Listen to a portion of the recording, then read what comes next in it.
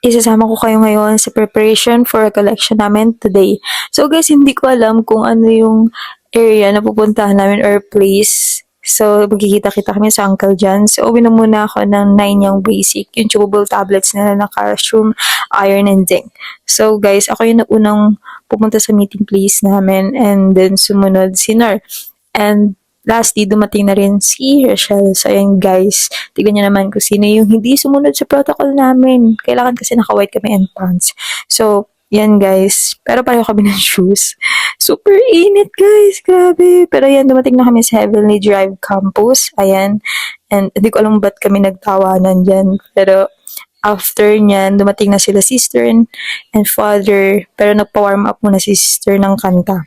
So ayan, nagbibiruan pa sila. And then nag-speech yung mayor namin ng farewell message niya for us. So ayun guys, pagkatapos noon ng recollection, may nakita kami pusa nag-aaway, tsaka merong cute sa tindahan, nakadamit pa talaga siya. And naisipan ni Nor na ilibre kami ng halo-halo. Sakto-sakto kasi super init.